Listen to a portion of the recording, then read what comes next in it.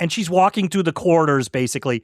And then there's a security guard at his desk. And on the wall behind him, we start to see a shadow. It's like if Nosferatu was hot. You know what I mean? Like Jonathan Harker's like, whoa, oh, hi.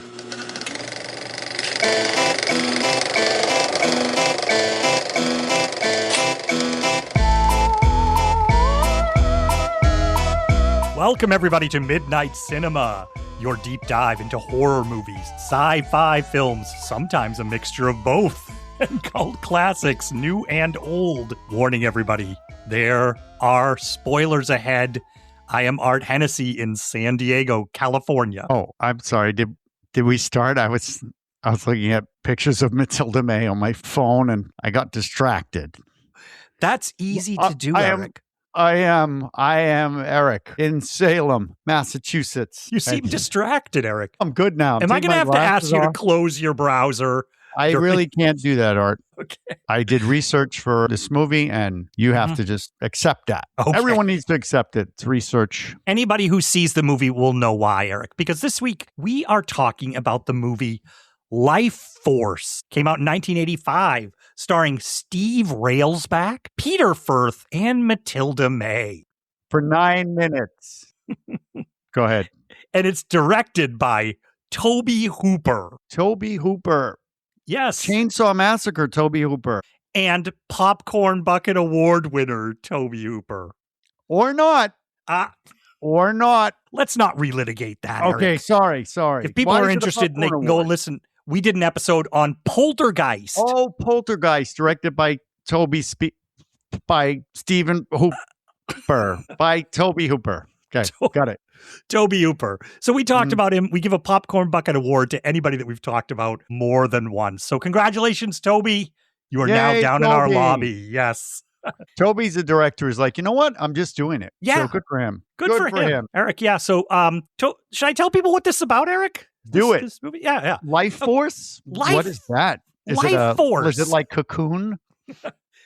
Not a bad thought, but no, Erik. Oh. Well, Erik, a space mission to Halley's Comet finds a weird alien ship, and it returns to Earth with a strange, beautiful woman they found there. But once on Earth, this space girl escapes from the lab and starts to drain the life out of people everywhere she goes. A group of scientists, special agents, and a death expert join forces to try and stop her from turning the whole planet into energy vampires. Can they find her in time, Erik, and stop her from stealing our life force? There it is. That's what it is. I guess now's the time to say that it was almost called Space Vampires. Yes. Which I still would have watched, Art. I would have been like, great, Space Vampires, cool. And Tobe Hooper kind of fought for it to be called Space Vampires up until its release. And then later years, he was like, maybe Life Force was a better title for it. I don't know whatever the title is. I just remember seeing it. I'm like, what is this huge eyeball doing over the Earth? I want to see that. Awesome poster. Like it's even today, that poster would catch your eye and bring you into the theater. Well, the other posters would have also. Oh, some of those international posters? My God. The Japanese posters are not messing around. Like some of them don't even have anything that's like people strapped to things shooting them in space. I'm like, where's that? And Mathilde May naked being shot up into space and stuff. Yeah. So, Erik, before we dive in, just wanted to say it was based on a novel called Space Vampires. But a lot of people, I was curious to ask you about this, say that they suspect it's actually a remake of a Hammer horror cult classic, which I know I saw on Creature Double Feature in Massachusetts when we both grew up there watching it, called 5 Million Years to Earth. And I wouldn't have thought of the connection till somebody said that. And now I'm like, oh,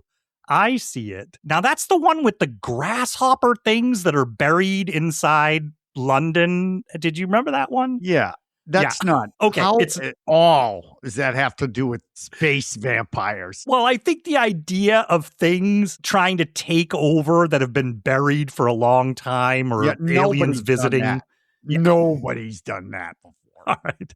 Well, we'll dispel with that rumor then. Buried. They're from space. They're from space, Art. They come from space. They're space vampires, Erik. They're We're just putting it right vampires. on the table. Yes. Okay, Erik. Right. So we got to go because we're opening. We're in space. We're going to start. And it's a space shuttle, and it's a joint team between the British and the Americans. And they're investigating Halley's Comet, but they find a ship there hiding behind Halley's Comet. What? In the tail. In the tail. Yeah. Mm-hmm. Can you investigate Halley's Comet? Can you go up and see it? What the hell? All right. Yeah. So, yeah. And apparently Halley's Comet's wicked long. I didn't know this. I learned science. If it wasn't for our podcast, Art, I would know nothing about space. I learned something too, Erik. They call it the coma. Is that the trail of the comet? The coma? Because that's the way they refer to it. They said this ship is in the coma. I thought it was the tail. Yeah, that's what I thought too, but they're using this weird term. Yeah. What's 150 miles long, this object that's in Halley's Comet? That is long. That is a big ship. Is it a ship? Well... From a distance. Could you describe what it looks like when they pull it up on the screen, Erik? It looks like it looks like a big old penis, or a dandelion. It definitely has that. Yeah, that's what it looks like. So, Erik, what do you do when you meet a ship like that in space? Well, you don't. You just go in it. You right now. Yes. You have one of the world's worst actors, in my opinion, be like, "We're going." I'm captain. The only American here. We're doing what I say. Captain Carlson. This is the actor Steve Railsback, who Erik is a big fan of after this movie. Yeah. So Erik, they get into the ship through a giant urethra. Yeah. Right. Yeah, it looks like it's one of those. Yeah, you're in the hospital and they get that camera and they're going. Is that hurt? Does that hurt? That's what it looks like. But amazing set. Yes. Mm-hmm. Right? Yeah, they get into the interior. It's vast. It's huge. It's like a cavern. And they find these creatures sort of floating around in there. There's a lot of them. They think hundreds, they say. But I don't know that there's hundreds when I looked at it. But, and what are these creatures? How we describe them? Fright Night, the big bat at the end. Yes. That's what they look like. They look like bat people, but a little decimated. Mm-hmm. It is really... it's not a B movie, just so everybody knows. No, this had a budget. This is a huge, I'm already in. Mm-hmm. I'm like, what the hell is going on? I'm ready. So they're big bat people just floating there. So they take one. Of course you're going to take one with a net. Yeah. Why would you bring a net? They have a net. I know. And Erik, they're also what they realize. They reach out, they just crack off one of its fingers, one of its claws. It's desiccated like right through. It's like solid dust or something. Yeah, no fluids. But then word from the spaceship, Erik, something's happening. It's deploying the tip of the spacecraft is expanding, Erik. But okay, well, it doesn't. Come on, if this was a penis, you would run from it. But it's like a Venus flytrap kind of a mouth thingy. Mm-hmm. So it looks like it's made out of organic material as well, right? Yeah. This is outside and it expands. And they said the best way I could describe it, this is what they're telling the people in the ship, is it looks like a giant umbrella. True. With teeth. Yeah. But that seems to enact something because behind them, another chamber opens up, a big light. It's like another chamber opens up into the spaceship and they're like, let's go in there. Of course you would. Of course you would. Yep. And in there is, there's three naked people floating in what I can only describe as entirely glass coffins. Yeah. But there's a bunch of these empty ones, right? Yeah, I think it looks like a vast array of them. Yeah, big. Wow, not a penis. It's huge, Art. My God, so big in there. Stop. There's nothing sexual about this movie, Erik, and we're just injecting sexuality. No, not at all. This isn't a teenage boys or so girls. As they approach them, Erik, as you said, they're naked. They're human. They look human, completely naked. Yes. One gorgeous woman. This is Mathilde May. We're meeting her right here. Mm-hmm. And then two pretty gorgeous guys, like two model men. Yeah. And it's very odd because when the camera comes down, I don't know, you must have noticed this. She's completely naked, we see. And the men are too, but they look like Ken dolls. This is where, I don't know what happens, but it's okay to show women all the parts, but men, God forbid. I mean, it's changed now. All we see are dicks now. There's a dick in every movie. I mean, they do that in the writing. They're like, oh, is there a dick in it? Yes. Okay, good. Green light. But yeah, they're looking at gorgeous people. The men looking at this woman that's in this coffin, just all their brains are, well, maybe you and I can empathize with them. Their brains are seemingly getting scrambled as we're looking. Something is happening to me. My suit's getting tight. Don't know why. What I love is this one woman. There's a female astronaut, and right? she's kind of looking at. Did you notice her expressions are like? She is not impressed with any of the figures. It's like, oh, I've been in space a long time, and this woman looks perfect. And she glances at him like, okay, fuck you. Fuck off, buddy. It's good, yeah. All right, I see how it is. Yeah, okay. I'll take my suit off. Why don't you? Because she's attractive, that astronaut who's on the ship. And there's another one, too. And he's like, 6 months without seeing a real woman. Oh, asshole. I didn't say anything. I'd be like, hey, Rick, fuck you, man. And the captain, our captain there, Captain Carlson, he's like, well, we're taking him back. Yeah, that's what you do. Yeah. That's what you do. Mm-hmm. Take them all. Yeah. Taking them back. And then, Erik, we just cut 30 days later. And that space shuttle is back in Earth's orbit, but it's just floating there. They can't make any contact with it. Shit. Yeah. What do you do? You go up there and investigate. Yeah. With just, it's amazing how fast is it NASA can respond. Like, oh no, we have a shuttle ready. We'll just right up there. 10 minutes later, they're up there. Yeah. Like, wow, good for you guys. It doesn't say like 90 days later after that or 1 year later. They right up.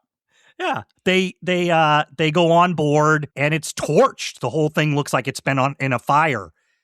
And we get a torched body jump scare. It's a good one. It is. It looks good too. It looks good. This photography looks good. Are they doing? I was wondering if they're doing it underwater. I wasn't sure. Like, no. What are they doing, Erik? They have these guys on harnesses. Yeah, and they didn't fit them for the harnesses. One of them actually stated that he's wearing a harness that says Christopher Reeve, Superman. So they were like, the whole time. But it looks good. It came off good. Great. I thought it really did, because they even have like bits of the burn stuff floating around them. I don't know. I was like, that I don't know, but the guy's floating. That's what they're wet. But they could do that with superimposed. Yeah, great. Look, looks good. But they find there's nobody alive on there. But then they go into the cargo hold, and there are our 3 aliens, perfectly pristine in their coffins. I'm going to say coffins. That's what they look like. It does glass, look though. Yeah, like Sleeping Beauty style. Yes. Yeah. Exactly. Yep. So they're like, okay, we found these things. Boom, we cut back down to Earth, and we have a meeting with a bunch of scientists talking about stuff. Yeah. So they're very confused about this completely. They never, hardly ever mention the 2 dudes. They're like, this girl, though, hubba, hubba, hubba. The whole time, the 2 guys must be pissed. Yeah. Well, they do act a little pissed. We're going to meet them later. I hope so. But I thought this was interesting. They mentioned it a couple of times. The cases aren't anything science has ever encountered before. The glass is not really glass. They said it's there and it's not there at the same time. Yeah, like a force field. Yeah. And so then we're introduced. So there's one guy who seems to be sort of running things, Dr. Bukowski. Is that his name? And then there's another guy that we're introduced to here, Dr. Falada. Dr. Falada. They ask him if they can do an autopsy if he's declared them dead. And he's like, I don't know what alien death is. Yes, I know. I love death, though. He's just all about it. I love death, and I love my hairstylist as well. He's got some hair, man. He does. Yeah, I think I said that to you before when we were talking about doing this one, but he looks like the guy from The Godfather that got the horse in his bed. That's who he looks like, except with a British accent. Right. There's a horse in my bed. This is actor Michael Finley. He's very famous in Britain. Here's one you might know him from, Eric. He played Marley's ghost in the George C. Scott Christmas Carol. Oh, he did indeed. Yes, that's him. That beautiful chestnut. Sorry. No, but I know that you like those movies. 6 Christmas Degrees Carol of Separation. We got a lot of Scrooging that we can make reference to in the movie. Then we cut to the girl. There's a guard there watching her in a big white room. They're going to prepare. I guess they're going to do an autopsy on her is what they're saying. But this guard has a big mask on. And they're taking all the precautions you'd think about dealing with somebody from space. And Dr. Bukowski is up in his office. This other guy, he's watching it on the monitors. And the guard starts to act a little weird. Yeah, because she's not in the case anymore. That's right. Yes, because the case had popped open for some reason. But she's lying there with probably it's the only time she has a covering. She's got that little, what you put on a cadaver, and he's reaching over like, oh. And then she opens her eyes, and oh my God, this woman's eyes, Mathilde May, she's got these just striking, huge eyes and great eyebrows. I'm an eyebrow person. I love her eyebrows. She still has them to this day. Yeah. Yeah. We're the same age. Ooh. And she went on, right, to become very big in French film. Like she actually had a huge career. Not internationally, not like in America, but definitely in France. We couldn't handle it. That's why. No. But yeah, she wakes up, and then she just gets up. We keep saying this. We're just reminding everybody she is naked, and somebody grew this person. They're like, what is the near perfect female body? We're gonna make that, and it's gonna be French. That's what happened. So she's, oh my God, mon Dieu. She is very striking, very attractive. She sits up and she's smiling, and she just comes towards our guard guy, who is just and she takes his oxygen mask off, and she's just, you're like, what is happening? What is she doing here?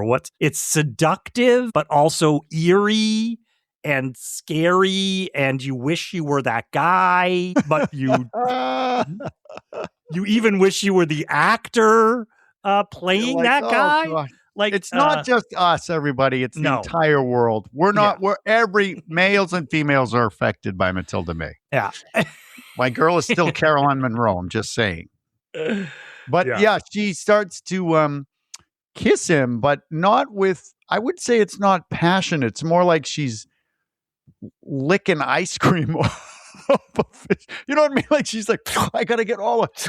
She just with her eyes open. It's like trying to satiate herself. Yes, like you'd go after a jug of water after, like, you've been on the desert or something, right? I like the ice cream. I like it too. But Dr. Bukowski is watching on the monitor, and he sees it, and he's like, what the hell is going on? Because I think he was distracted, and he's seeing this guy get his face sucked by this woman. I know, you think woman. The first thing he would do is run down there, but it's like, ooh. But it's not just, she's not just kissing him. All of a sudden, there's blue lightning. Reminds me of like Big Trouble in Little China. And there's blue lightning going through their faces. And it circles around the top of the room and loops back. And then, really cool. So Bukowski's like, shit. So he runs down there. Did you notice this, Eric? I'm like, how many doors does he have to go through to get to the room? Crazy. Every single time they run somewhere in Lifeforce, they got to go like through 17 rooms. And the score was great. It's Henry Mancini doing the score.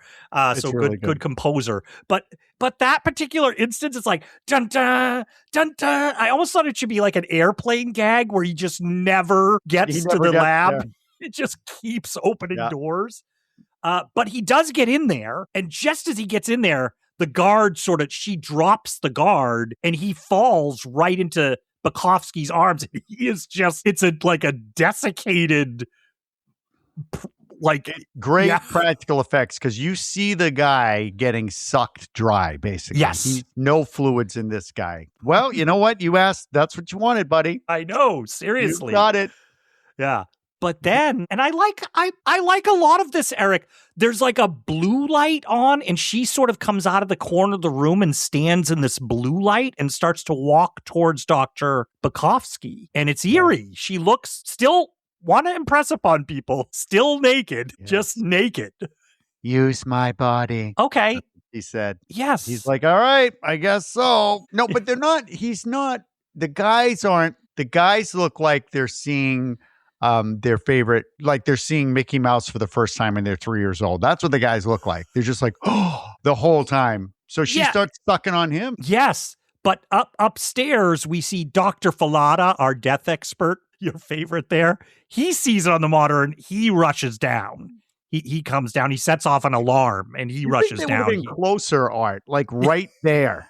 I know, they all gotta come. What the hell? They're all up in their offices just chilling. It's like a national emergency. We've discovered aliens and they're all kicking back in their offices. Yeah, alien hottie. They'll just leave her with one guard. So Fallada comes down and Bukowski does not look good. He's like, but he's not sucked dry. No. And Fallada's like, well, she can't get too far. She's a naked girl. Little does he know. Yeah. And I love this shadow. Like, was it before she walks up the stairs? Yes. Just naked. And the way she walks, I like the movement. She's very, it's like her arms don't move, right? She just kind of walks with her, like. She is absolutely mesmerizing. I think she's a ballet dancer or something. Oh, yeah. And she's walking through the corridors, basically. And then there's a security guard at his desk. This is what you're talking about, right? And on the wall behind him, we start to see a shadow. It's like if Nosferatu was hot. You know what I mean? Like Jonathan Harker's like, whoa, oh, hi. I mean, it's just... It enters boobs first, the shadow, right? Crisp shadow. Yes. Oh. And the security guard is like he's out of a British sitcom. He's like you'd see in like a 70s like British. He's got the hat and he's just like, like yeah. It's a bunch of them. I love that she's a full-grown woman, and they decide as she's coming down the steps, they're gonna try to lure her with a cookie. She's coming down the steps, and so there's 3 security guards. One's behind her on the steps, our guy who was, and then the other guy with the cookie, and that cookie that was a bad, like he just, that didn't work. Art, I was in high school, and when I saw this, I used to approach women with cookies, also didn't work. Like, hey, would you like a cookie? I love the dialogue. The guy in the back is like, take it easy. She's not in her right mind. But she just fries the guy with the cookie. Yeah. She, with her hand, she brings her hands up and she suddenly has the lightning, but she's not sucking his life force. It looks like she's just frying him. Looks like she expelled it. She like, what's his name in the Star Wars? That you and your friends will die. It was like that. The Emperor, everybody. Yeah. And then, and then the other guy says, come on, let's go get her. And I'm like, wisely, one of the guys is like, no, let's not go after we just watched her fry our cookie guy. Like, let's hang back and let her go. She obviously doesn't like sweets. Should we try something else?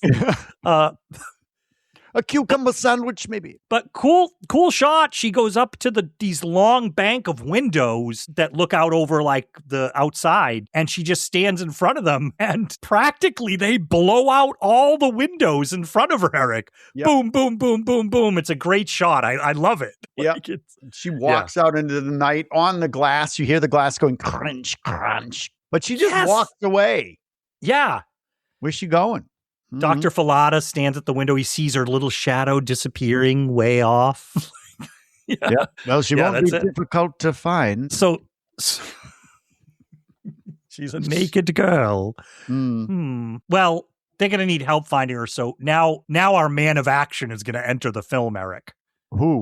The guy from the beginning. No, not no. No. This is a new guy. He comes in, car Colonel pulls Kane. up. Yes, Colonel Kane from the SAS, Erik. Yes. He's all business. He is all business. What I love about the English is they buy it more than the Americans do. English movies are like, you're naked, you say? Alien, you said? Oh, yes. Tell me more about that. They don't go, what the hell are you talking about, you psycho? Yeah, he shows up and there's reporters there and he's like, somebody's going, Colonel Kane from the SAS, and he turns to the reporters. He's like, that is not for public information. Yeah, I think they take the camera like, it's like he has like an entourage and he's rocking a turtleneck. He's got a turtleneck with a trench coat on. I like this guy. I don't know how you feel about this guy. I like him. Yeah, he's like an international spy. Yes. You know what, Erik? A little side note, too, since we did it with a few others. He originated the role of Alan Strang in Equus, this guy. He was the first person to play Alan Strang, yeah. Oh, my God.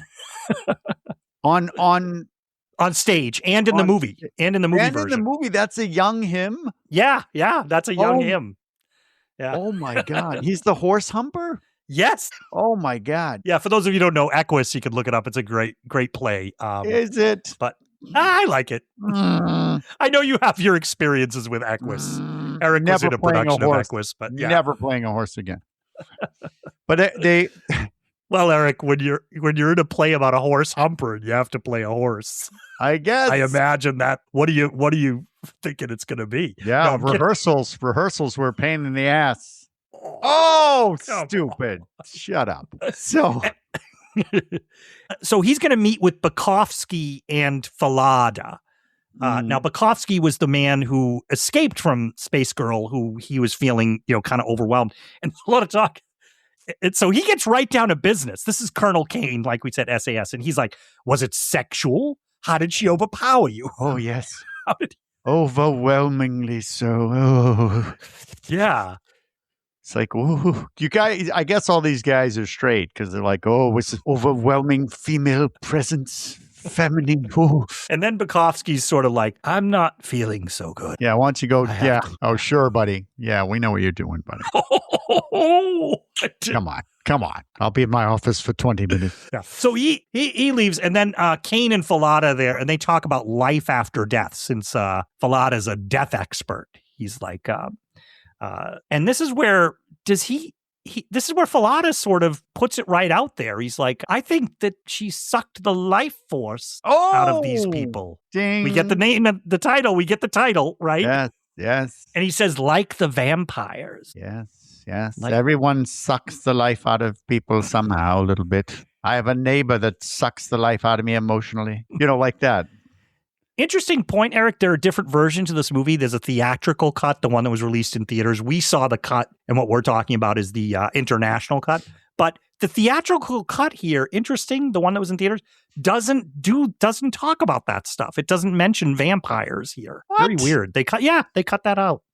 Oh, it's so intriguing. I'm very intrigued. Yes. And Falada, I noticed, Erik, has the line to end the scene. Like, she's a naked girl. She can't have gone far. And here he goes, that girl is alien and very dangerous.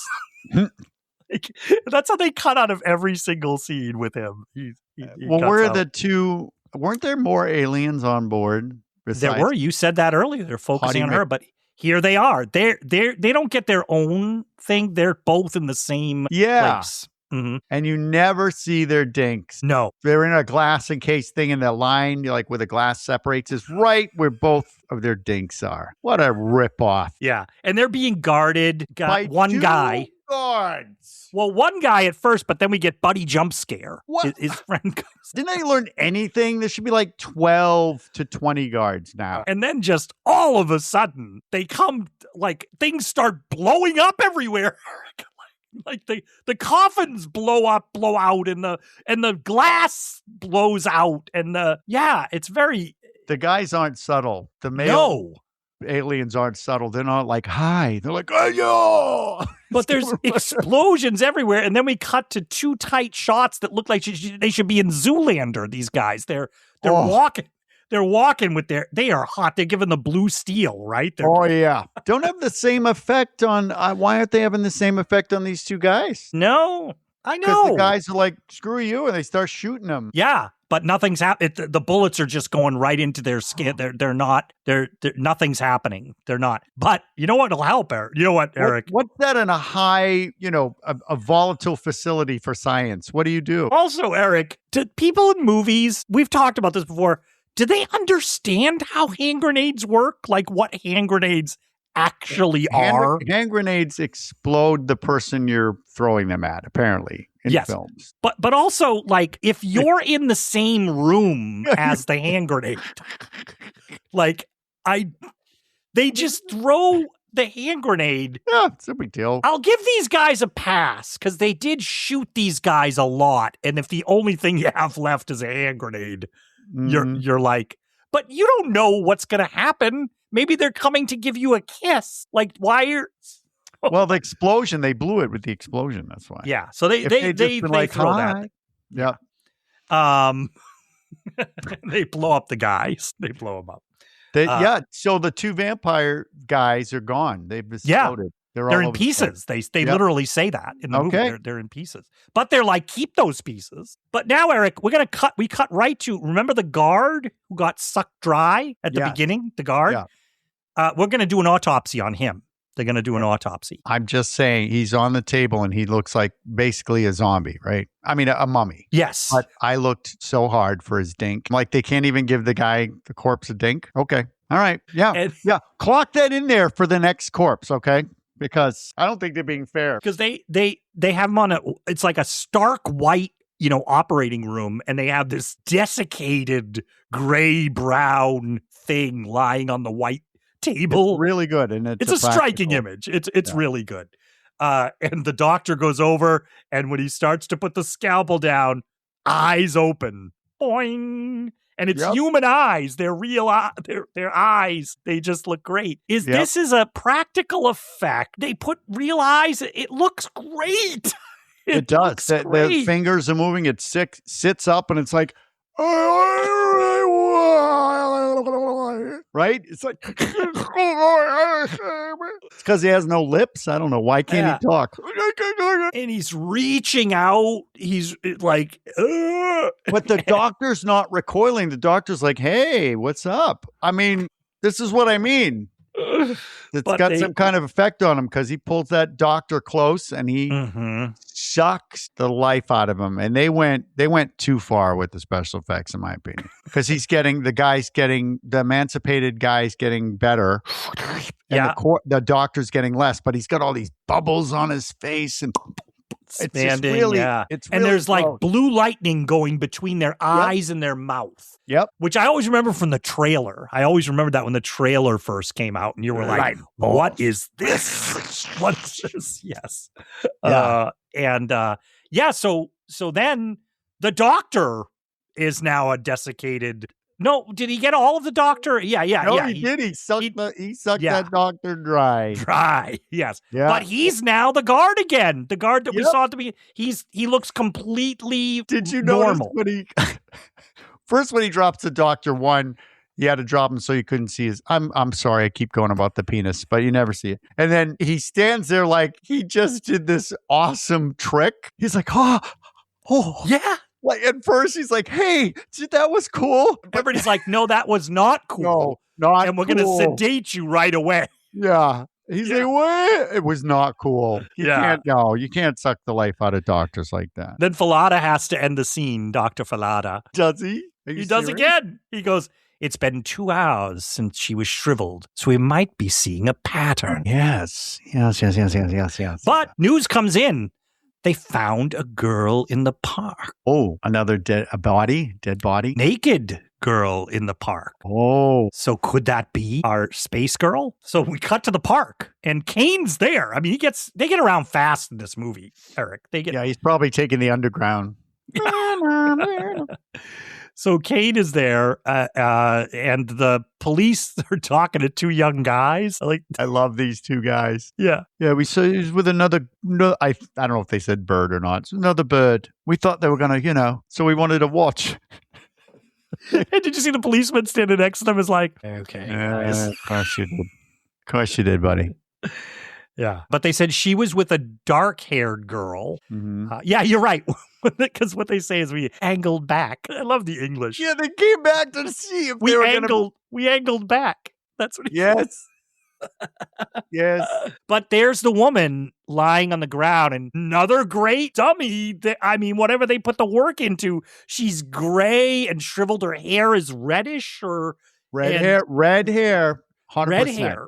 Yep. Yeah, red hair, and her eyes look real, and they're opened, and it's like a combination of blotchy and desiccated skin. Yeah, you see some like veins, but yet if there's nothing in the body, then yeah, it's a really, really, really good product. Where are you at right now, Erik, when you're watching the movie? Like when you were watching, look, so excited. You're so excited, Ian. We're seeing a lot here. I didn't expect any of this. Yeah. They hit you hard with Mathilde May right over the face, and then it doesn't stop from there. They're like, oh, not only that. Because it doesn't stop, Erik, because we go back to the home base there. They go back to the lab, and we get introduced to this guy, the Home Secretary, Sir Percy. Yes, Sir Percy. Hello, yes, Sir Percy. It's going to snap at any minute. I think he'd just be like, at any minute.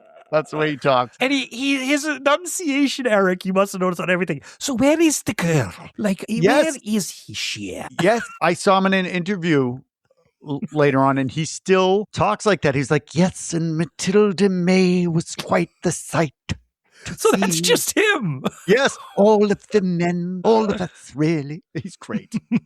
But so he's there, but they're going to go down because like Falada said, he said, I think there was 2 hours between when the guard got killed and when he had to suck the doctor's stuff out. And now it's at 2 hours, and they have the guard down in a cell. So they go down to the basement, and it's like a janitor's closet or something he's in, but there's bars on it. Yeah, it's really weird. It's convenient jail cells here at the science lab. And sure enough, Erik, he starts going nuts inside that cell. He starts freaking out. Well, he looks normal, but then he freaks out and he drops to the ground. And another great practical effect, he gets shriveled right in front of you. Yeah. Really, really cool. And Falada pokes it and it just crumbles. Like his chest just crumbles into dust. And they said, and it's been about 2 hours, so let's go check on the pathologist who did the autopsy that got sucked out. And so that shriveled up thing is in a cell as well. I love it. They're all looking at him. The English, man, they're just so subtle with their reactions to horror, but there's the 3 guys looking in the cell, and the guy's like, whoa, and then he runs towards them. Yes, and he hits the bars and just blasts into dust when he hits the bars, and the dust goes on them. All over them. It's like when you do a gender reveal when you have those things, but you fired it the wrong direction. Oh my God.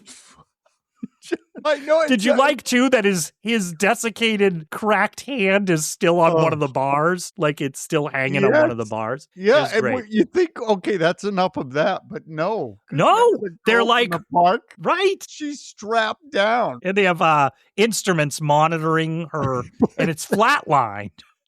Yeah, and they're all not in the room this time. Now they're behind. You're right. That's good. Good point, Erik. They're all behind the glass now. Like you think they'd have like goggles on. And sure enough, the heart monitor starts beep, beep, beep, beep, beep, beep, beep, and she comes to life. Yeah, she comes to life. And our other guy, you didn't get any inkling of genitalia, but this redheaded woman has a big, I'm going to call it a foof of red pubic hair. It is like somebody went to town. They're like, no, put more on there. No, we really want, yes, like a stuffed animal. Let's get that. So I'm like, why did they? I was like, oh, this is scary. Wait a minute. Details, Erik. Details. Oh, God. Yeah. So she starts freaking out, the eyes in her head. Yeah. Great stuff. And then she just blows up on the table that she's on. Just blows up because she's strapped down. Boom!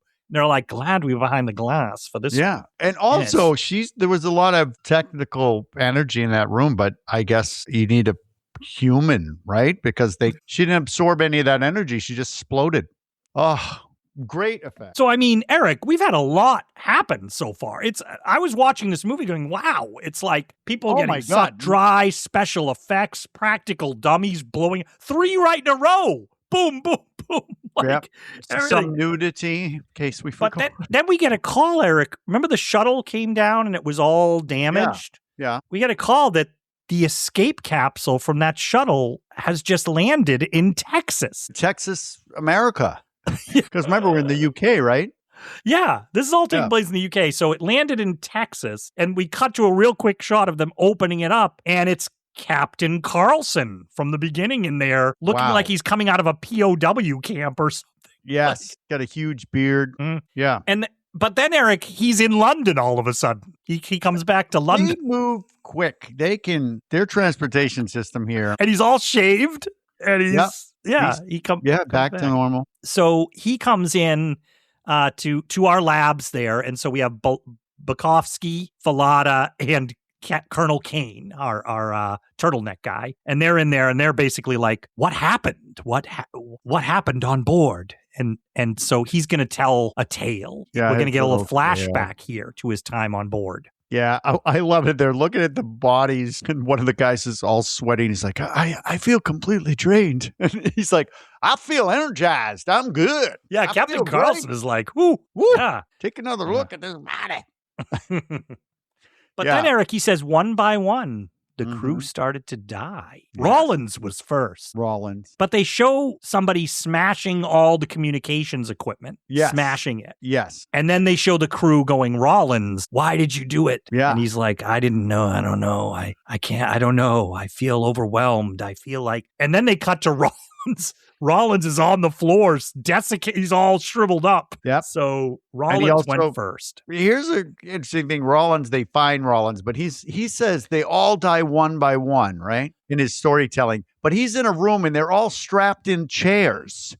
It looks like, it looked like a hand grenade was thrown in there or something. Did he set up after they died? Did he put them in their chairs after they died? It's a little confusing because there's another shot they do where it looks like there's a bunch of bodies in bags near him, but then they show that shot that you're talking about. He's like on the bridge. Yeah, with a bunch of bodies in the chairs. Like he puts little drinks in their hands and party hats, and he's like, you guys, you okay? They got the space madness like Ren and Stimpy. Yeah. It's there you go. It's going.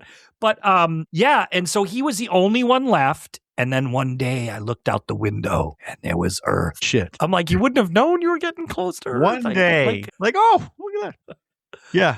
But he can't let this get to Earth. So he's gonna burn it down. Remember there's a bat creature there, remember in the net? Which it's still in the net. It didn't box it up or anything, but he has a little flamethrower or something and he lights it on fire and it sets fire to the whole place. And he escapes in the capsule. Which is conveniently right where the 3 bodies of the encased in the naked vampire people are. And that whole thing explodes. He's right there. I'm like, why would you put it? Yeah. So I guess he exploded it, but... So we come back into the room. He's done telling his tale. So we're back out of the flashback. And they're all like, he says it was the hardest thing I had ever done. What do you mean? Destroying the ship? No, he says, no, because I didn't want to leave her. I didn't want to leave her. I'm a 40-year-old man and she's an 18-year-old girl. When I found out she was 18, I was like, oh, I know. Oh, really? I didn't actually know she was that young. She had her 19th birthday on the set. They're like, happy birthday. Here's some clothes. She didn't care. She's like, I am going to show this to the world. Yeah. So Carson's like, I'm kind of tired. I'm like, yeah, you are, because you just went from a landing capsule to Texas to London. Shaved, had time to relax a little bit. So our Colonel Kane, he's watching him on the monitors. People love watching other people on the monitors in this movie. They really do. While he's sleeping, little creeper. But they get word, Erik, from NASA that something's moving towards Earth. It's a needle-like spaceship. Yes. Yeah. Uh-oh. But Carlson is sleeping and he has a nightmare. Yeah. I don't think we know it's a nightmare. We're not supposed to know it's a nightmare at first, so I kind of gave it away. But yeah. Well, it's all reddish light. It's like red light everywhere. Yeah, but it turns into this bat monster comes right towards him. He's like, whoa! But then it's her. It's Space Girl. Like reverse nightmare. He's like, oh, no, wait, it's sexy naked girl, I think. She has clothes. She's got clothes on. She's got 30 seconds. She looks like a vampire. Yes. She has the black thing and she over just takes her head. it off. She's like, yeah, but. Yeah. She didn't have them on for long. You're right. No. It's in her contract. And she starts they're starting, but it's still weird. It's sexy, but it's still weird because it's that thing you said where you're drinking the water, like, oh, I gotta get as much as I can. That's what's going on. It's like she was I can't even do his voice. She was draining me, using me, draining me. And she said, it's a weird exchange here. She says, he says, you're giving me your life. And then she says, you're taking it. I'm taking it too. You're taking too much. We should take a break, see other people. And he wakes up screaming, man. I can't take his screaming. He is screaming. Yeah. He screams all the time, this guy. And they come in. So Falada, the whole crew comes in and they're like, what was it? It was a dream. And he's like, what? And he's like, I'm like, oh, maybe he doesn't want to tell them. He's like, I can't remember. I can't really remember. It's gone. Some of it's fuzzy. It's gone. But then Falada's like, we can hypnotize you. Oh, sure. I'll just tell you. I can tell you. But they do hypnotize him.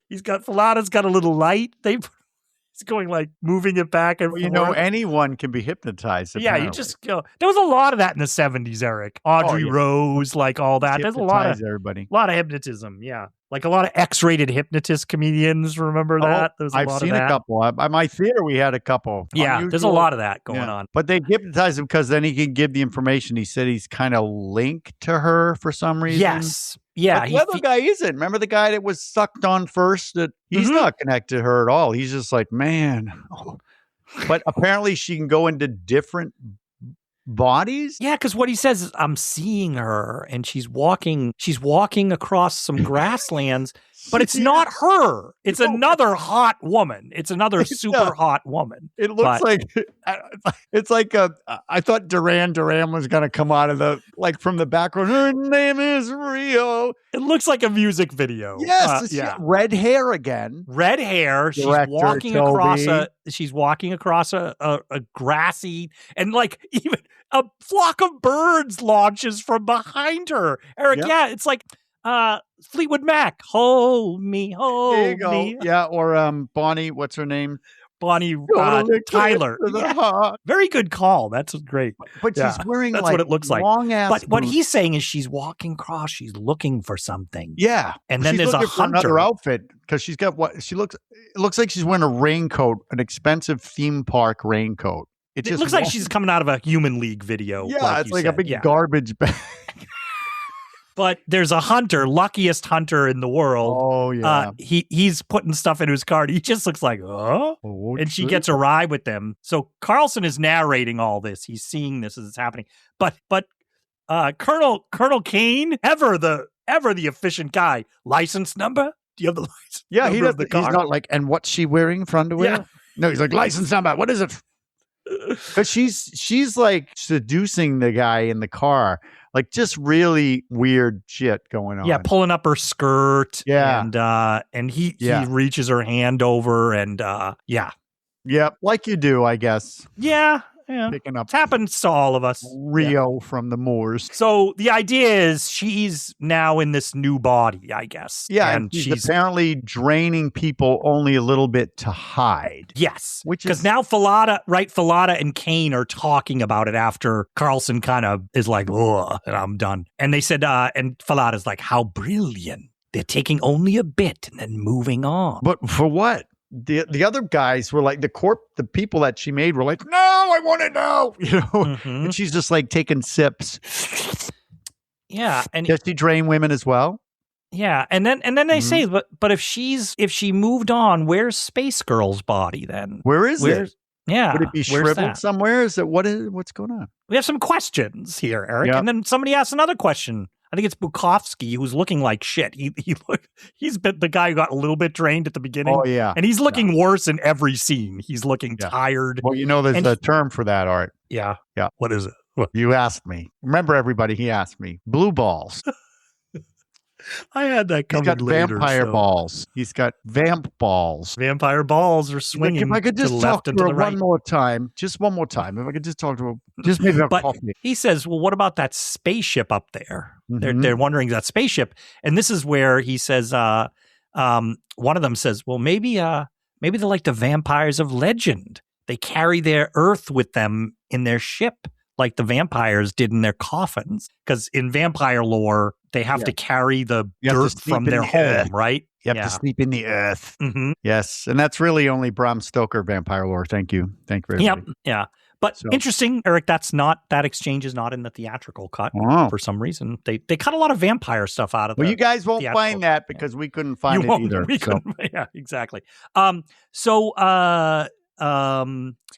see NASA's. They said, "What about that ship?" Since they're talking about it, NASA. They show NASA up there, and do they show? It's where the umbrella opens up. The umbrella on the spaceship, like it did in space. I think it starts to open up above Earth. That umbrella, something like that. It's doing something. Yeah, and then we cut.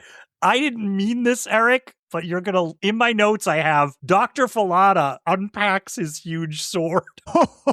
And I swear to you, I did not mean that to sound like that. It's the effect of the movie. It's Space Girls affecting you, Art. Didn't mean that to sound that way.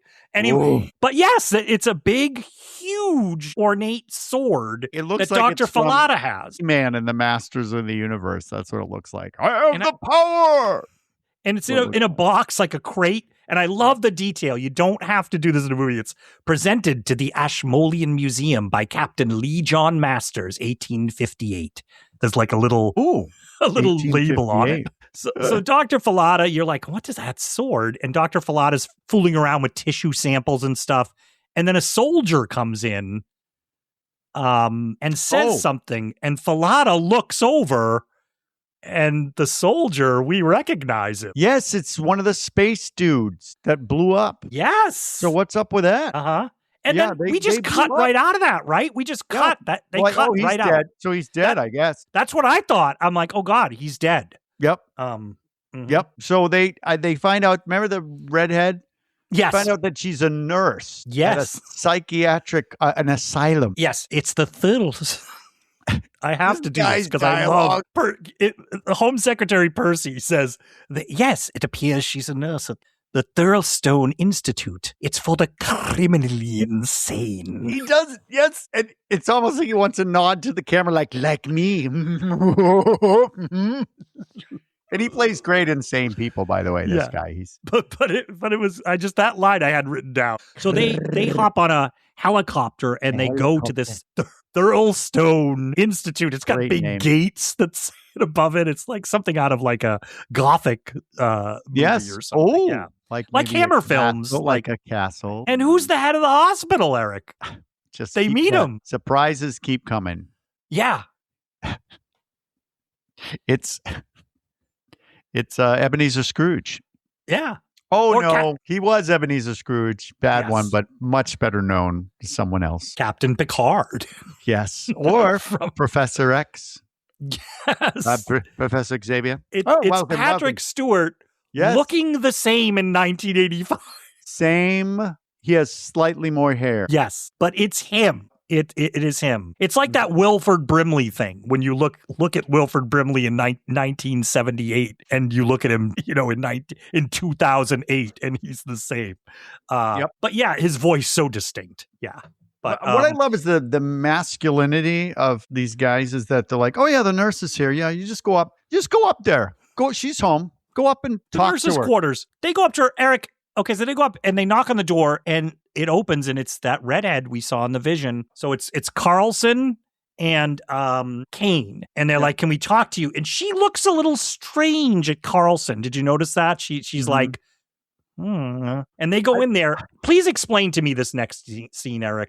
I explain to me what happens here. I don't know if I can, but I'm going to try. If you've got anything you can add, let me know. But the woman is confused. And all of a sudden, Carlson is like, you know what? We'll get information on her. He grabs her and he's like roughhousing her. And he freaking slaps her. He's like, where is she? Where is she? So this woman has a psychic connection with the vampire, but the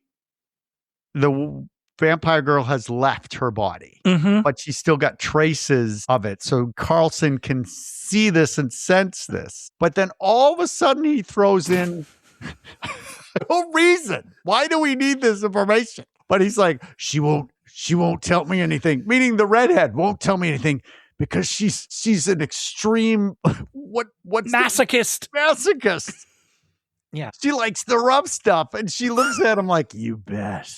And so he goes, he looks at Colonel Kane like, okay. And Colonel Kane goes, he sits in the chair and he goes, no problem with me. He goes, I'm a natural voyeur. What the hell is happening? I have in my notes, what the fuck?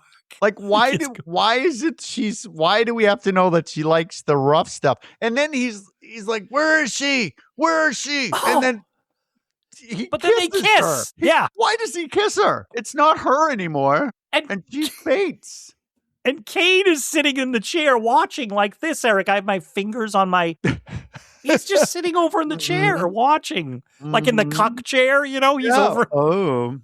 Bring me more wine. So, yeah, she collapses. So they put her on the bed. But Carlson says that she jumped bodies and she's in another patient. He gets that information. Yeah. So they come out and Patrick Stewart, they go to talk to Patrick Stewart. And he's like, they're happy to take her.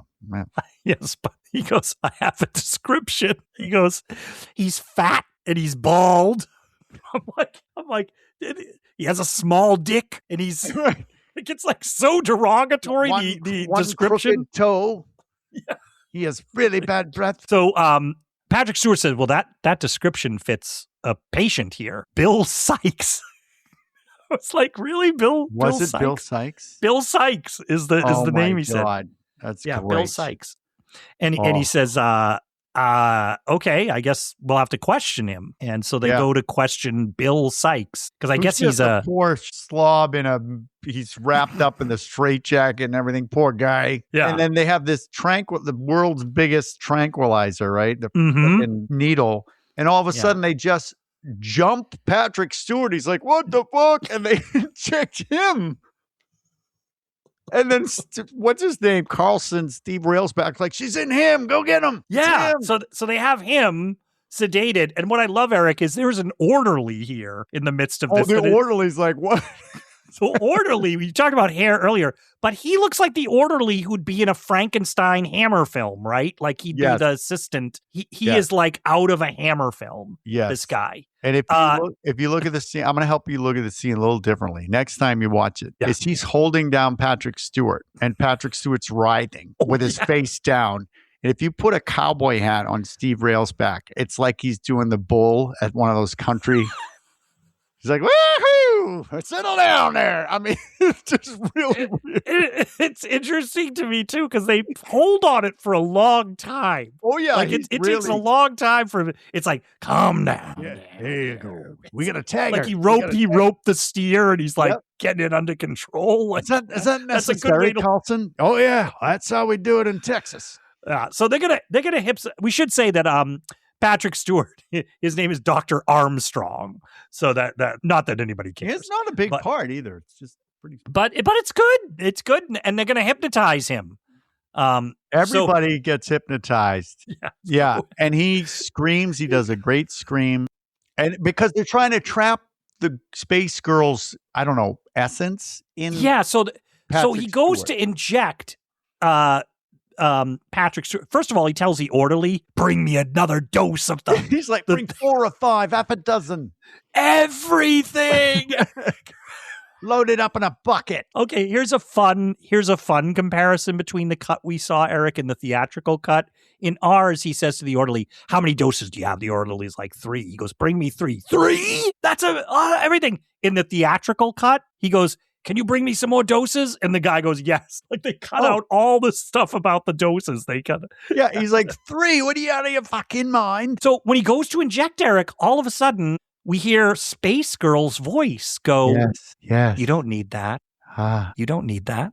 Yes. And then all of a sudden she's like, which is creepy when you think about it now. I took my shape from your mind, an 18-year-old French girl. So he's like, oh, Jesus. What about whose shape did the 2 guys take their shape from? The 2 vampire guys. And the girls on the ship, maybe? I don't know. Or she could have been like, and the 2 guys also. And he's like, okay, that's enough information. Thank you. Yeah, so it's her voice. And what we should say is what they're doing here in the scene is her voice is coming out of Patrick Stewart's mouth, but occasionally they show her lying on the table when Railsback is looking back. So they sort of flip back and forth between that. And the idea, and she says interesting things like, you were all, like, we felt you coming. So we started to, when the ship got close, okay. No, go on. Go ahead. When we knew you were close, we reached into your mind, your deepest defined. So we reached around to your mind. Will you stop it? Stop it. It's the film. It's not us. It's the film, Art. So that's why he's so in. That's what I guess. That's what we're like. How the men are always turned into Looney Tune cartoons around this woman is they're reaching into the deepest part of your mind to what your ideal would be, and so you're naturally going to just be like, ugh. It's almost like for him. It's his mind. And so there's some weird connection. And then it's now Patrick Stewart, right? Yes. Okay. So he's like, let me go. I don't know how many times he says that, but Carl's is like, let me go. And he's leaning in closer and closer. Let me go. He's saying let me go, but it doesn't look like he's resisting that much. It's really weird. Because he gets the freaking lock lips with Captain Picard. And didn't Patrick Stewart say that was his first on-screen kiss he ever did, first, right? On-screen kiss I had, yes. Yeah. Now, interesting note, Erik, the theatrical cut, when it was released in theaters, we don't see that in the theatrical cut. We don't see them lock lips. Because it's Kissing Man in 85. Oh, no. Yeah, but they don't show But up. it's a hell of a kiss because there's blue lights again. And pretty crazy. It's trashing that lab. The lights are, electricity's going on. It reminds me a little of the room in Poltergeist with all the toys flying around. A lot of Poltergeist here going on. And they give them more including in the score. I noticed some notes of it. It's not the same composer, but I noticed some of the notes in the score. But they double tranquilize him, like... Yeah, Colonel Cade. He's dead, but... Both sides of the neck. Yeah. And the other guy, remember the guy with the great diction? Yes. Great diction. He's dead. His neck is broken. Yes, from the blast. We just got rid of him. He was great. I wanted him around longer. I know. So and then Kane asks Carlson, is it possible she was leading us away from London on purpose? Yep. And we haven't found all of her victims. Oh, shit. Right. Mm-hmm. Oh, shit. And then they're like, oh, no, it's probably spreading. Oh, shit. If she got a couple people, they're probably spreading around because 2 hours, right? Yeah. So they go in a helicopter. Yes. And they're heading out in the helicopter and they have Patrick Stewart's body and Secretary Percy's body on the helicopter. Yeah, and I love the helicopter pilot keeps going, there's a message for you. There's another message for you here. Just came in while you were talking. Like he kept having messages. One of it looks like he wrote it down. I was like, while he's flying, he's like, oh wow, I don't want to interrupt them. So they talk to Falada, Dr. Falada. Oh, he's alive. Mm-hmm. Yeah, he's alive. And he says, the 2 men didn't die. They jumped. And then he says, I killed one of them. Yeah, of the soldiers. Of the soldiers. There's one soldier's dead with that He-Man sword is stabbed in his He's chest. Like in the foreground. And he says, I killed them the old way. Not steel, but leaded iron. Is this a thing, Erik? Is that a thing? Well, iron is supposed to be like iron with witches and... Okay. All right.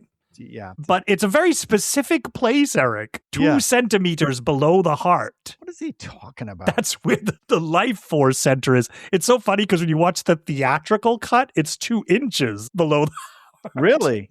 But in the one we watched, it's 2 centimeters. Yeah, because we don't know what centimeters are. Yeah, exactly. Yeah. So now we know that, oh, shit, these guys probably been sucking on people all day. Yeah, and also they say that they may have visited Earth before. They may be the thing that gave us all these legends. Yeah. Mm-hmm. Well, he said he does also say the other male alien is out. Like he's somewhere. He's still out there. Yeah. Mm-hmm. Plus Space Girl. You know, they never care. They never care that the male's not dressed. Like, they're like, is he naked too? I don't know. And if the movie's not fucking crazy enough. Something new. Brand spanking new. What's going on? But blood gets, I don't know, it gets sucked out of the face of Patrick Stewart. Like every orifice is shooting blood supernaturally out of his body. Yeah. And then the other guy too. And it starts to form like this mass of clotted blood right in front of them. And what I love is they're just looking at it like, the pilot's going, I quit.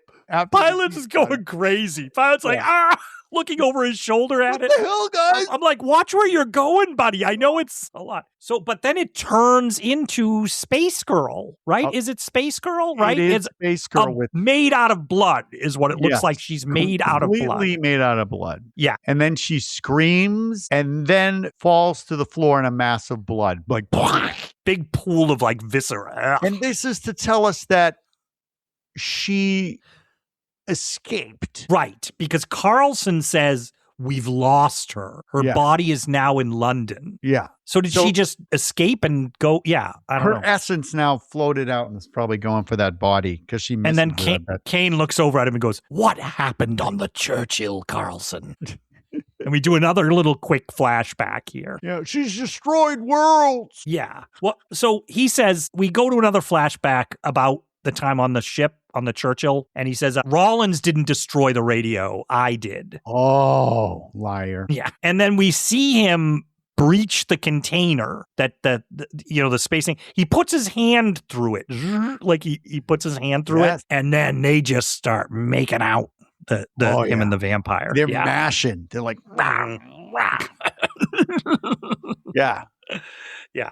So what's the implication here, Erik? What happened? What is the implication of what actually happened on the ship then? Is she kept him alive. So and then she kept him alive while she sucked the life out of everybody else. Feeding off of each other after that. Yeah. So so they're exchanging energy because there's nobody left. Mm-hmm. Yeah. So that's how they.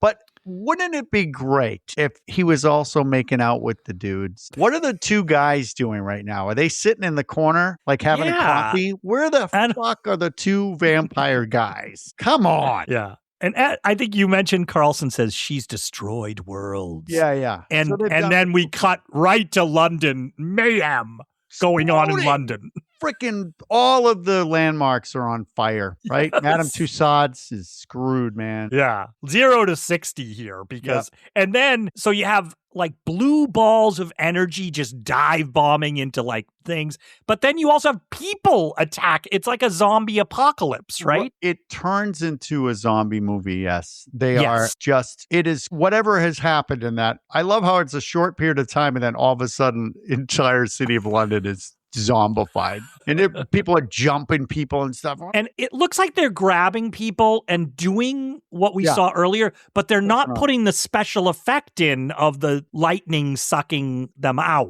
So it just looks like zombies kissing each other, which is what it looks like. You gotta do it. But Erik, they land at the Prime Minister's bunker in their helicopter, and they go down and they meet the prime. Do we need this scene? I'm like, I don't know that we need this scene. I liked it. Okay, they meet the prime minister. Like, there's his secretary there, and she's like, "Well, he's in there." And the prime minister comes out, and he's all sweaty. He's like, "Oh yes, what's up?" He goes, "Hold on one second," and he says, "Miss Havisham, can you come in here?" I love her name, Miss Havisham. Please, good. Would you? And she does. Like, And then they look, because the door's half open, and they look in the door, and he's behind a screen, and you see his shadow and Miss Havisham's shadow. Now, so he goes, Miss Havisham, Miss Havisham, Miss Havisham. Finally. And we see the sort of kissing, and then you hear the bzzz, bzzz, and then Kane and Carlson are like, let's get the fuck out. Yeah, they waste no time. They walk through a whole group of people, and you can see it's already infected people because there's some sweaty guys there. Yeah. And so they take off, and we get a little zombie out of a zombie movie here. They take off, absolutely. And a few guards come after them and jump onto the rails of the helicopter, and they're hanging off there like like it's kind of gross too, because one of them rips his own hand skin off and falls. Bad move, man. Yeah. You dummy. Rips his own, and the other one they shoot with a flare gun. They shoot the other one with a flare gun. They fire him off with a flare gun. Yeah. And so then they land at a quarantine station. And we learn that the way the military's handling it is they think there's a plague. They don't know anything about this space stuff. They're handling it like it's a plague. And they say that NATO is taken over, and in a couple of hours, they're going to blow up London. They're going to. Yeah. So how do they contain London? Do they have these walls that they put up that are in the ground? How do they? It's like basically London is like Escape from New York now. Yeah. And they're like, well, we're going to have to nuke everybody. If this doesn't clear up, we're going to nuke everybody. So Carlson and Kane go outside after talking to the Colonel, learning all this, after talking to this other guy. And they look up, and you see a blue light. Carlson sees a blue light coming up from London, going up to the sky, like a big... Yeah, it's a beam with all these other lights going into it and going up. Yeah. It's bizarre now, because you're like, wait, what? How is the ship a big vampire? Well, that's what Carlson explains to us, right? He says that's all the souls going up to the ship's umbrella, right? That's what's going on. And he says the male vampire is out there collecting all the energy.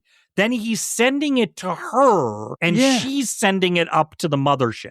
Yeah, like they got some kind of system. It starts to get you start to get a little muddy here with the vampire. Like I don't remember that in Bram Stoker's novel. And then he says, Carl says, she wants back the energy she gave me. Selfish. Right. He says, she chose me, but when she mixed with me, she gave me a part of herself. Now she wants it back. Yeah. Now, and he's like, I gotta go. Carlson escapes in an armored truck. Like, he escapes. But he's like, I'm going to be something else now or something. You're like, what do you said? And then he drives off. Yeah. Kane finds out he took off, and he's like, all right, I'm going after him. Give me a car. They throw him the keys. He's like, give me your sidearm. Yeah. And the other guy's like, do it. Do it. Do it. And now your trousers. You're right. Give me those shoes. I like that hat. Give me that hat. My wife gave me this watch. Give it to me. Do it. He's all business. Yeah, he takes out. And then we just see Kane and Carlson. We switch between they're driving through the city and encountering zombies, basically. Taking out. There's a nun zombie running around. All kinds of there's kids. Yeah. I mean, it's just and Kane drives over one and splats across the windshield. Yep. And Carlson stops for a second, and a bunch of them attack, and he pulls away, and one of their arms is in the cab. Yeah. Are they now fleshy? Are they easy to? There's explosions. It's crazy stuff going on. It's a lot. I mean, there's big beams of blue light, but Carlson sees the lights coming from the cathedral. Yes. Yeah. Mm-hmm. Yeah. Yeah. So he pulls up to the cathedral. He goes inside. There's a big shaft of blue light coming up from where the altar is. There's also a pile. I guess we're calling them zombies. There's a pile of zombies on the stairs. Yes. So they're all drained, I guess. Yeah. They were twitching around when he went up the stairs. What I love is there's some people, and then some of the twitching stuff is like practical effects where they just have like some kind of animatronic under the pile going. I loved it. So, but Kane, in the meantime, I think Kane goes back to the headquarters, goes back to the labs. Yeah. and what's his name? Falada, Dr. Falada. It's a great image. He comes into Falada's office, and it's a red sky of London burning, and Falada's looking out at the city with the red sky. And he's encased in shadow. It's actually quite creepy, and he's talking to him. Yes. And Kane's like, he's like, Bukowski's dead. And that's what Falada says. And Kane's like, how did you survive? But he doesn't answer him. He doesn't say how he survived.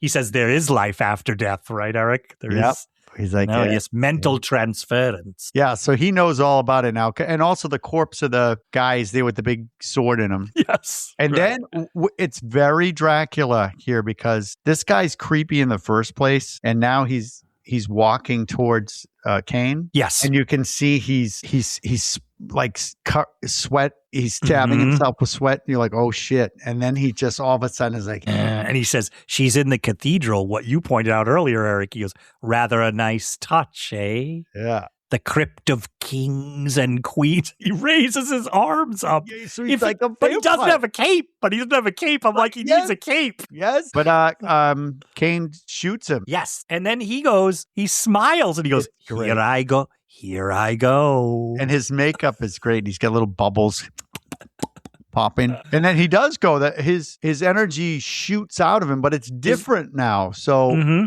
it like the energy's getting sucked up this big vacuum. Yeah, it kind of blows out through the window. So it's not you think even it's like his life force is heading out into the thing. Oh, there it is again. And then Kane looks over and he's like, huh.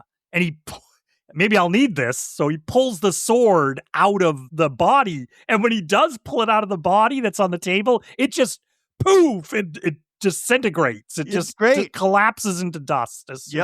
Almost like a little mini explosion of dust. Yeah, they get all dusty, but I don't see that's... Okay, a little confusion, but it's good. It's all good. It's all good. But he takes the sword and he heads out. I just want to really quick just point out the gangle of security guards that he runs into on the way out.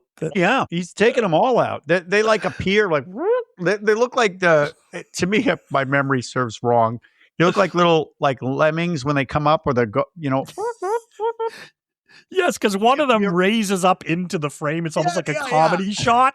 Like they're all looking at him, and one comes from below and is like, yeah. Like, I thought it's still scary though. It was very scary. Yeah, but he gets out there, and we cut back to Carlson in the cathedral, and he's gone downstairs because it's like what's happened is the nave, sort of where the altar is. There's a big hole in it. If you're up in the chapel, and she's in the basement, lying on a crypt slab. Yeah, so this is where that big beam of light's coming from. It's like, it's coming from her. Mm-hmm. And it's a cool image. I like it. I would love to see that in a theater on like a big screen. Oh, yeah. Like it looks great. She's wearing, I guess we call them clothes, right? She's wearing a robe. For this, it's thin, clothes. Yeah, thin robe, and she's like, "Come to me," or whatever she says, and he's like, "All right."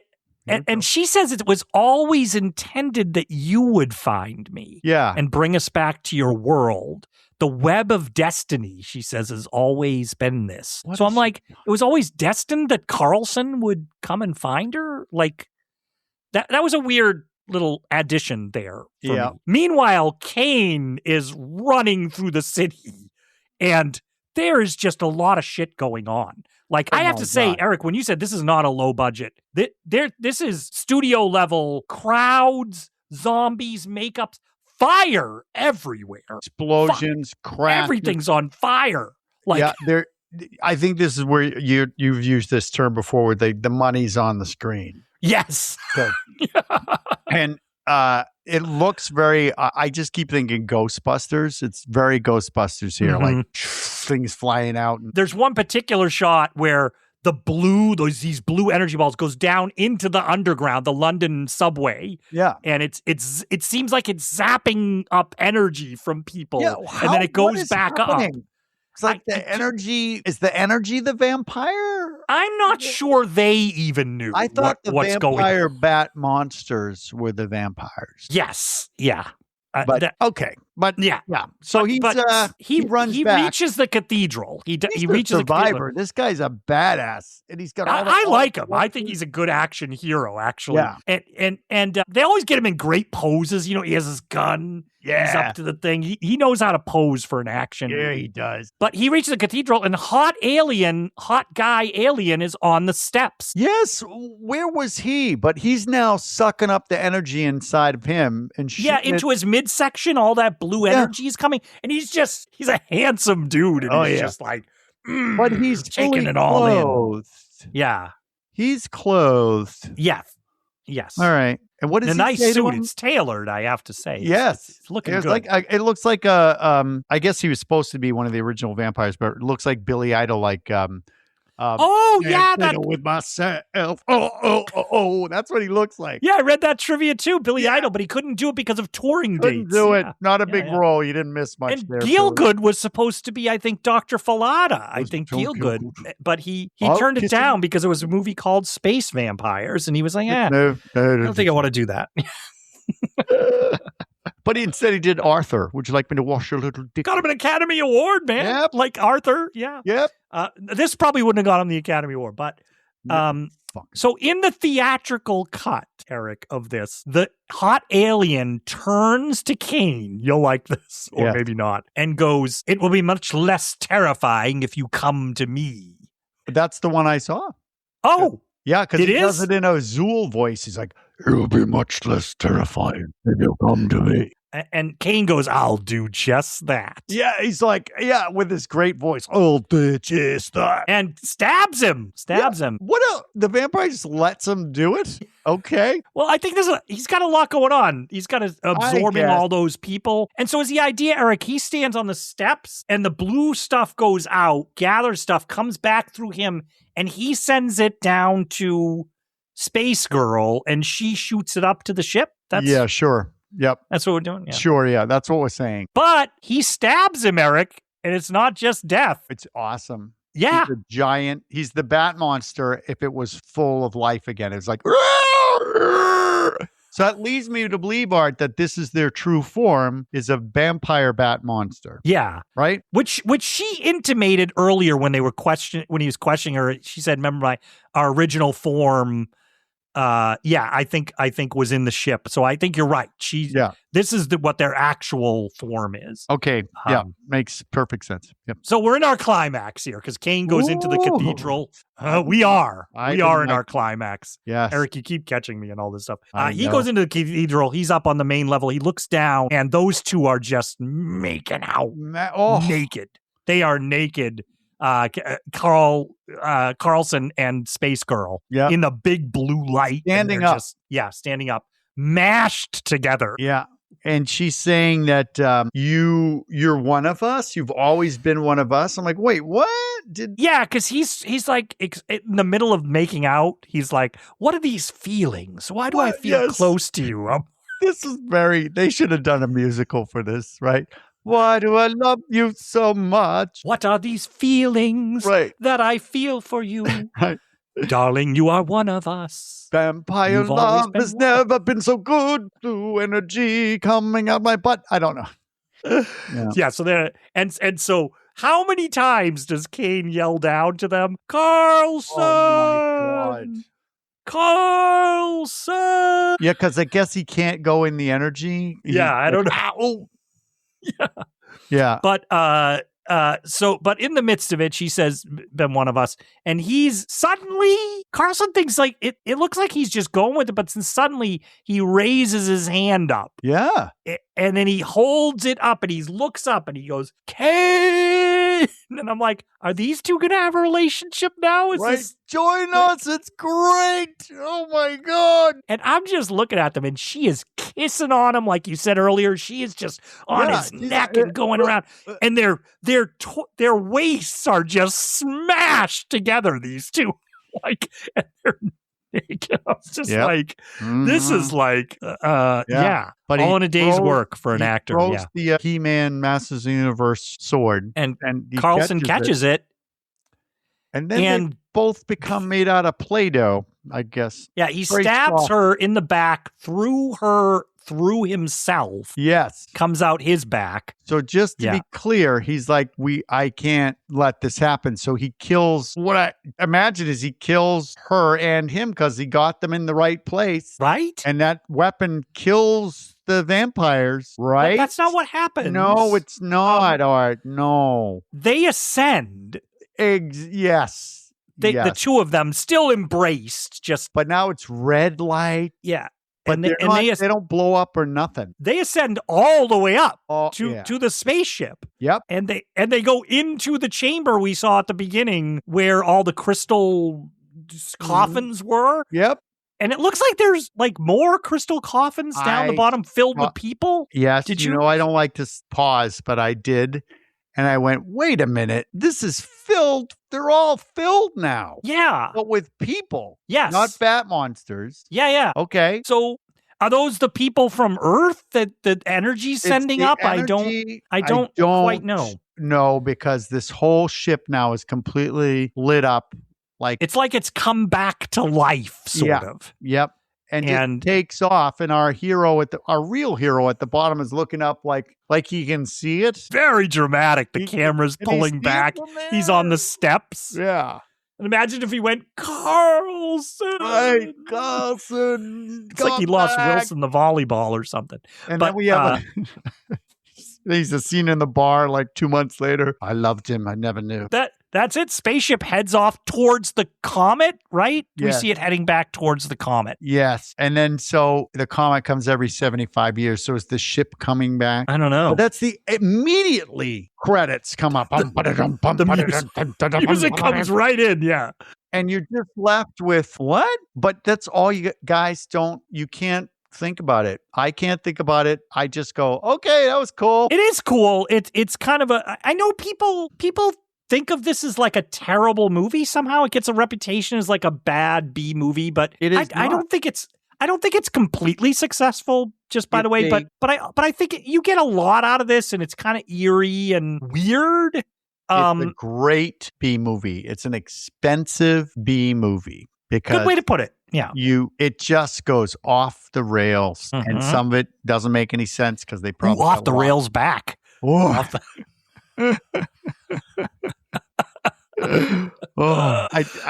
it made it's now a cult phenomenon, and Mathilde May is like, yep, that was me. Oh boy, was it ever. Not like the alien in frickin' Alien, 9 minutes of screen time, and you're like, no, she was in it all the time. That's because that's all I'm thinking about. Right. So that's the end that's the end. Space vampires, off they go. With no, you don't know what the hell just happened. You're like, if they were here 75 years ago, is that what happened 75 years ago? They just went ape shit? That's what I think it's like, and that's where we get our vampire legends from, because they've been coming over centuries. And this time they really went to town. Well, I was like, this is not going to be easy to recover from. This is because I'm like, it's not one of those movies where they're like, after they go up to the spaceship, everybody on Earth kind of wakes up and they're all better. They're all dead. All of London's on the floor. Yeah. I'm like, he's watching it go off into space, and I'm like, get on the horn to NATO, because they're about to freaking torch you guys. Like, they're about to blow you up. So, like, find a phone call. Yeah, make a phone call. Wouldn't that be funny if, as he's watching Erik, the screen just goes, blows him up? Well, I will. But yeah, so you like this movie? I do. I didn't realize how much I like it, because I could watch it again. I liked it watching it my second time, so I'm with it too. Things that I want are in it. So, and vampires, I'm a big vampire fan, and the monster bats. And I mean, Mathilde May aside, Steve rails back and goes, suck it. Ha, vampires. But I do like Colonel Kane. I like that guy there. So a good little cast of character actors. Only thing I wish they just developed some things a little better with the vampire stuff, because I think Falada is supposed to be our Van Helsing character a little bit. Right? And I just wish they had gone with that. And we got to see him fighting maybe some vampires with that sword. Yeah, he just kind of...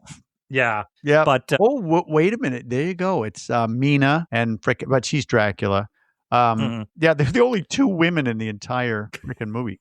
I know. But yeah, I can see that. Van Helsing. Yeah. For a rating, though, if we had a rating system, I'm trying to figure out what we do. We both kind of like it. It's a B movie. Where does it sit on that scale? We need to come up with a rating system for the podcast, Erik. We'd have a rating. I don't know what your problem is. Do you listen to the podcast to hear the rating? I edit it, Erik. I listen. I just don't. Maybe you forget. Yeah, but I give it a higher rating than other people. Okay. Because if you watch this for what it is, you just enjoy the shit out of it. So I'm giving it 7 out of 10. Oh my God, she's naked. There you go. We can use that for some movies too. Oh, I don't know that we just. I think this, if we abbreviate it, I think it'll be fine. OGSN. Oh, because you'll like this, Erik. Because you know why, Erik? Yeah. Because she's a space girl and she's wearing no clothes and it don't matter anyway. Oh. Because she can rely on the Earthlings' life force. She can rely on the Earthlings' life force. It's a bitch, girl. But you. I should send you that beforehand so you can help me with it. Yes, that was good. So, all right, Erik. Well, I've enjoyed talking about. No, I can't even stop. That spaceship won't get you too far. Won't get you too far. All right.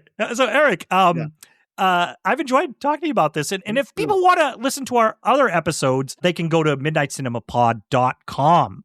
They can find all of our old episodes. We're on all the streaming platforms. We are on Apple, Spotify, also on YouTube. And if you want to reach out to us, ask us a question, or make a recommendation, we really appreciate that. Yeah. Leave a review for us. That's how we get the word out. Erik, are you okay? Yeah, I'm fine. It's just so warm in here. It is. You're looking a little. Yeah. You're looking a little. Mr. Hennessy, could you come closer? Okay. What's up? Hennessy. Yeah. No.